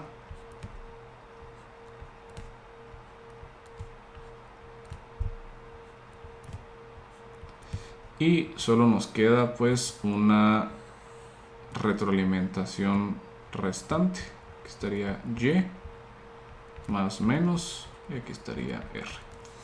Bueno, nos damos cuenta que acá de nuevo tenemos nosotros un caso de interconexión en cascada. Interconexión en cascada. Que esta es la regla pues número 1. Entonces aplicamos interconexión en cascada y redibujamos. Multiplicamos todas las funciones de transferencia y nos va a quedar a nosotros 1000k sobre s cuadrado más 10s más 100. Esto está puesto, ¿verdad?, en retroalimentación negativa.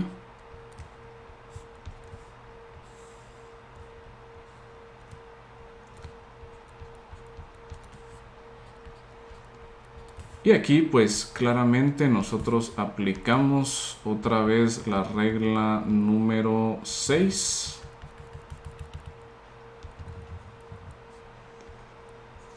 Haciendo lo mismo, ¿verdad? Tenemos nosotros que acá abajo podemos asumir que tenemos una función de transferencia con un valor de 1.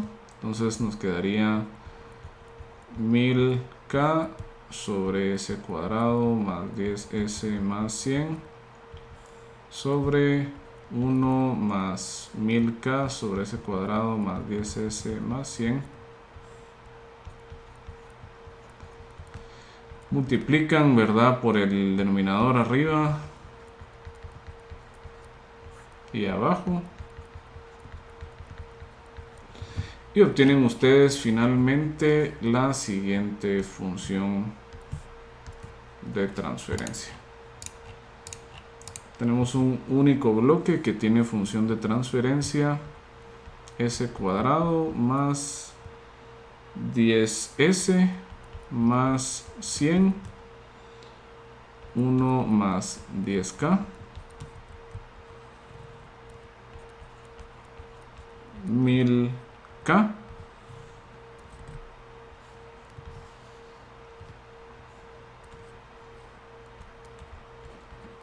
r de s, y de s.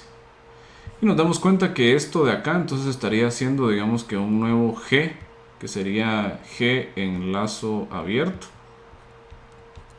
de s. Entonces si yo quisiera encontrar pues y de s, démonos cuenta que aquí ya no hay que hacer toda esa álgebra de andar sacando cada señal intermedia, sino que y de s va a ser simplemente g en lazo abierto de s por r de s, ¿verdad? Y para encontrar la respuesta del sistema en el tiempo, hago esto, hago fracciones parciales, etcétera, etcétera, y luego saco la antitransformada de Laplace de y de s, como lo hicimos en los ejemplos al inicio de la lección, ¿verdad? Entonces, nos permite a nosotros como que convertir un problema complejo que tenga una interacción y una interconexión de muchos sistemas probablemente bastante complejos en un sistema simple, ¿verdad? Donde solo tengamos una única función de transferencia, una entrada y una salida, y que podamos utilizar las mismas técnicas que usamos en el inicio de la lección, ¿verdad? Utilizando el teorema fundamental, que la salida es la función de transferencia en Laplace por la entrada en Laplace, ¿verdad? Entonces esa es como que esa es nuestra gran ventaja. Muy bien. Luego quiero que hagamos un último ejemplo. Este ejemplo va a ser que nosotros regresemos a lo que vimos en la primera clase que tuvimos en el semestre. y es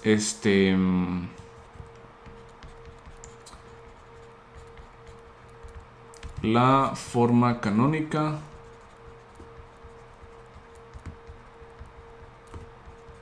de un sistema de control.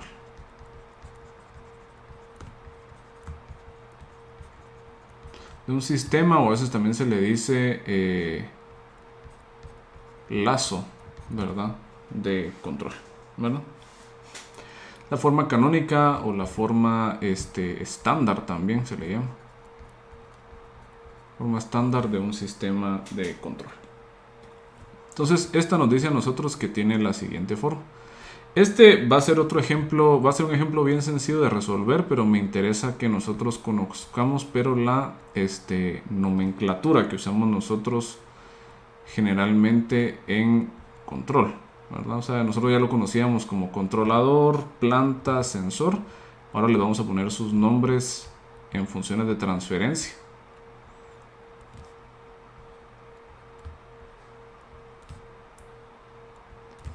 Tenemos nosotros este sistema de acá.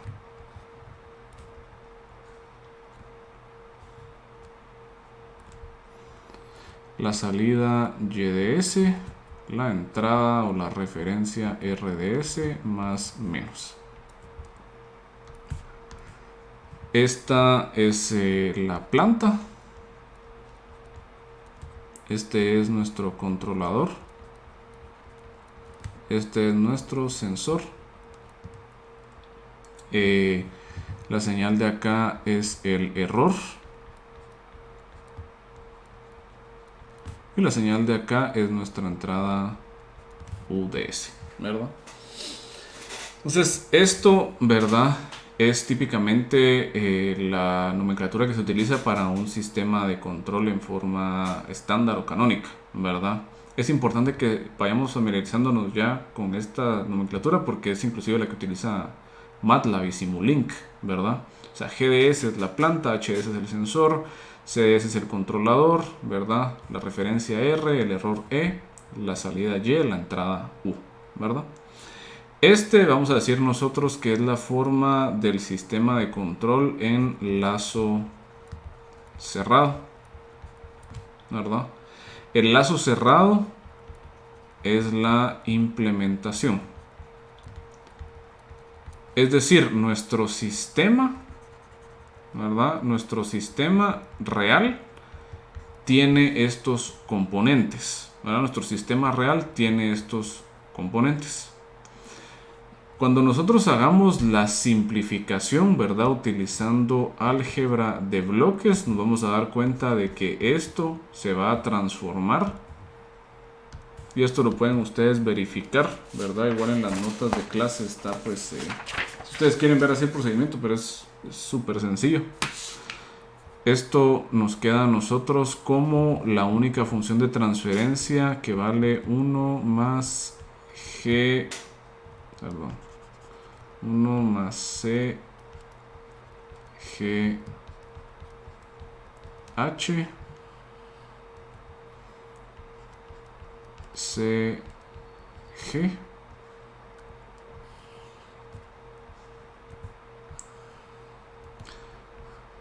entra la referencia y sale la salida. Este es el sistema equivalente en lazo abierto, ¿verdad? Y este ya corresponde a un sistema que podemos utilizar nosotros para efectuar análisis, ¿verdad? ¿Por qué razón? Porque si yo, por ejemplo, y esto es típico, ¿verdad? Casi siempre esta función de transferencia se le llama TDS. Entonces yo sé que puedo encontrar YDS como TDS por RDS. Y luego la salida en el tiempo va a ser simplemente la antitransformada de Laplace de YDS.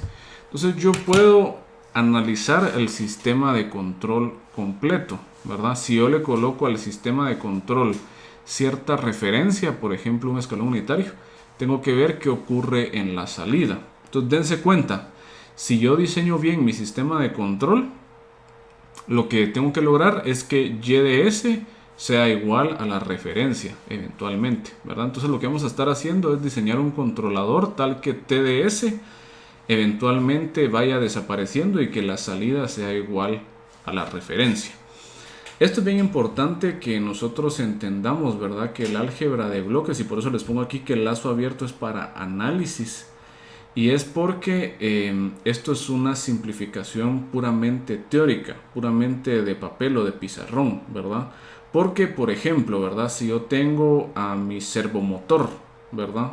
¿Se acuerdan ustedes, ¿verdad? Que teníamos ahí el motor, el driver, el circuito de control, el potenciómetro, ¿verdad? Yo sé que cada pieza está interconectada de cierta forma. Yo no, o no se vale, ¿verdad? Que yo agarre un martillo, martille todas esas cosas, los eche en un plato, les eche goma y que la mezcla de ese sistema sea el sistema equivalente, ¿verdad? Que es lo que estamos haciendo nosotros aquí con el álgebra de bloques. O sea, el álgebra de bloques nos da a nosotros una forma de simplificar las cosas, pero solamente en teoría, en papel. O sea, en papel, en teoría, este sistema en lazo abierto es equivalente al sistema en lazo cerrado. Pero en la realidad, ¿verdad? En la implementación siempre va a existir el sistema en lazo cerrado, no el sistema en lazo abierto. Como les digo, no van a ustedes meter toda la licuadora y les va a salir un sistema equivalente que ya hace todo, ¿verdad?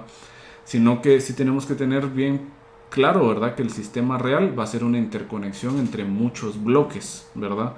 Es un sistema en lazo cerrado. Mientras que el sistema equivalente nos sirve a nosotros, pero para realizar análisis, ¿verdad? Entonces, eso tiene que quedar bien claro, ¿verdad? Porque lo usamos para análisis, más no va a haber una equivalencia física real entre estos dos sistemas. Es solo una equivalencia algebraica que nos permite a nosotros simplificar el análisis. Muy bien. Otra opción para análisis, ¿verdad? Otra opción para básicamente simplificación y análisis va a estar siendo MATLAB, ¿verdad?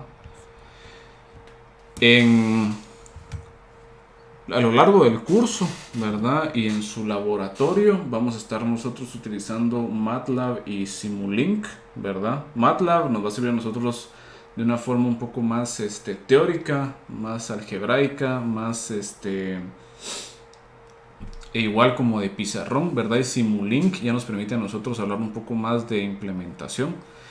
Por lo general en MATLAB vamos a nosotros tratar de analizar la función en lazo abierto, mientras que en Simulink podemos nosotros plantear el sistema en lazo cerrado, ¿verdad? Con todos sus bloquecitos. Entonces resulta que MATLAB tiene un toolbox específico, ¿verdad? Que se llama el Control Systems Toolbox.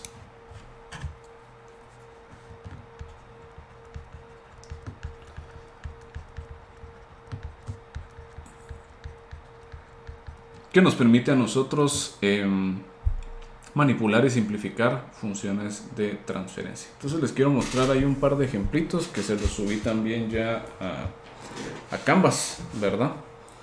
El primer ejemplito es uno en donde nosotros definimos una función de transferencia. En este caso vamos a estar definiendo la función de transferencia que usamos en uno de los ejemplos anteriores, que era la función de transferencia esta de acá, 10 sobre s cuadrado menos 4s menos 12. Entonces, la forma en que nosotros definimos una función de transferencia dentro de MATLAB es utilizando el comando tf de transfer function y luego le mandamos como parámetros dos vectores. Esos vectores van a ser los coeficientes de los polinomios en el numerador y en el denominador, ¿verdad? En el caso del numerador tenemos que es solamente el valor de 10, ¿verdad? Como está en la primera casilla, multiplica el valor de s a la 0. Entonces es 10 por 1. Luego en el denominador tenemos nosotros tres valores. Entonces el valor de hasta la derecha multiplica a s a la 0, o sea es menos 12 la constante. Menos 4 multiplica a s a la 1, entonces sería menos 4s. Y este 1 multiplica a s al cuadrado. Entonces ahí tendríamos s cuadrado menos 4s menos 12. Entonces si corremos esto en la línea de comando, tenemos nosotros, ¿verdad?, que definimos la función de transferencia en tiempo continuo g, que es 10 sobre s cuadrado menos 4s menos 12. Muy bien. Luego tenemos nosotros, por ejemplo, si yo quisiera hacer lo mismo que hicimos en este ejemplo también de acá, ¿verdad? ¿Cuál es la respuesta del sistema si la entrada es el escalón unitario? Que hicimos todo este relajo, simplificamos y sacamos nosotros esto de acá. Démonos cuenta que esto, si nosotros lo fuéramos a plotear, este y de t, gracias a esta exponencial creciente, esto se iría al infinito bastante rápido, ¿verdad? Entonces, esto si lo graficáramos fuera una curva exponencial creciente. Démonos cuenta que el álgebra es mera tediosa de hacer, o sea, a pesar de que ya tengan ustedes bastante experiencia con esto, igual es tedioso de hacer. Pues resulta que con MATLAB nosotros podemos utilizar una herramienta que nos evite hacer todo ese relajo, que es el Linear System Analyzer, ¿verdad? Cuando llamamos al Linear System Analyzer, lo que vamos a lograr ver es que le mandamos como parámetro la función de transferencia a analizar y nos permite a nosotros hacer un montón de cosas. Por ejemplo, aquí por defecto nos saca a nosotros la respuesta al escalón, que si nos damos cuenta es precisamente esa exponencial creciente. Podemos pedir inclusive nosotros diferentes tipos de gráficas, podemos pedir la respuesta al impulso, ¿verdad? La respuesta impulsional. Podemos pedir nosotros otras cosas como el diagrama de polos y ceros, vamos a ver más adelante qué es eso, ¿verdad? Podemos pedirle inclusive, digamos, si ustedes quisieran hacer el diagrama de Bode, ¿verdad? MATLAB ya lo hace automáticamente sin necesidad de que ustedes estén sufriendo ahí con las aproximaciones y con las líneas y todo el asunto, sino que MATLAB nos va a simplificar mucho la vida.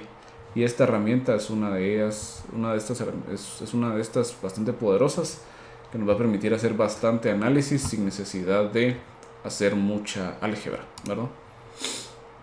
Luego tenemos nosotros el siguiente ejemplo, que es básicamente el ejemplo que nosotros hicimos con álgebra de bloques, ¿verdad? Que nuestro álgebra de bloques era el que estaba precisamente acá. Tenemos ahí varias funciones de transferencia, ¿verdad? Tenemos la primera, G1 es 10, que es la que tenemos nosotros en el primer bloquecito. El segundo bloquecito es 1 sobre S, ¿verdad? El tercer bloquecito es 100 sobre S más 10. Y el último bloquecito es K. Y en este caso particular le pusimos un valor de 0.5. Muy bien. Para hacer la interconexión entre sistemas, vamos a ver nosotros lo siguiente. Perdón. Para interconexión en cascada, yo utilizo multiplicación. Para interconexión en paralelo, utilizo suma. Para interconexión en retroalimentación, utilizo el comando feedback. Y pongo la función de arriba, la función de abajo y pongo un último argumento con el signo de la retroalimentación. Menos 1 si es negativa o más 1 si es positiva. Entonces, para este ejemplo en particular, yo estoy haciendo la simplificación, ¿verdad?, del sistema, lo que hicimos con el álgebra de bloques, ¿verdad? Tenemos que la segunda y la tercera están en cascada, luego están en retroalimentación con 1, luego están en cascada con G1 y con G4 y luego está en retroalimentación con 1 otra vez, ¿verdad?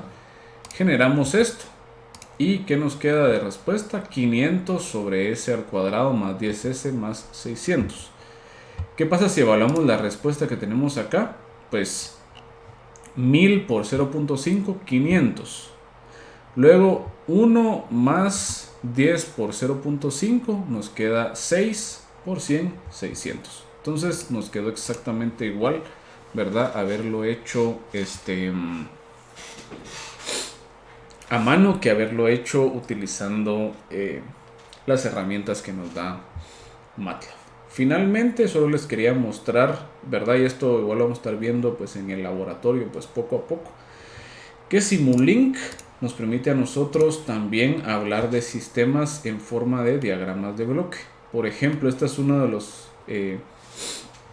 ejemplos que trae Simulink, en donde se utiliza uno de los toolboxes, ¿verdad? El toolbox, en este caso se llama Simscape, que nos permite hacer un modelado físico. En este caso se está modelando una retroexcavadora, ¿verdad? Con un controlador PID. Y si ustedes le dan play, se van a dar cuenta cómo es que todo Simulink, ¿verdad? Utiliza los diagramas de bloques para presentarnos una simulación realista de esta situación. Simulink es una herramienta que se utiliza bastante en la industria para hacer un modelado físico de sistemas reales. Por ejemplo, en la industria automotriz, aeroespacial y aeronáutica se utiliza bastante, ¿verdad? En este caso veamos cómo está bajando aquí eso, ¿no? Luego ya empieza a activar la retroexcavadora, ¿verdad?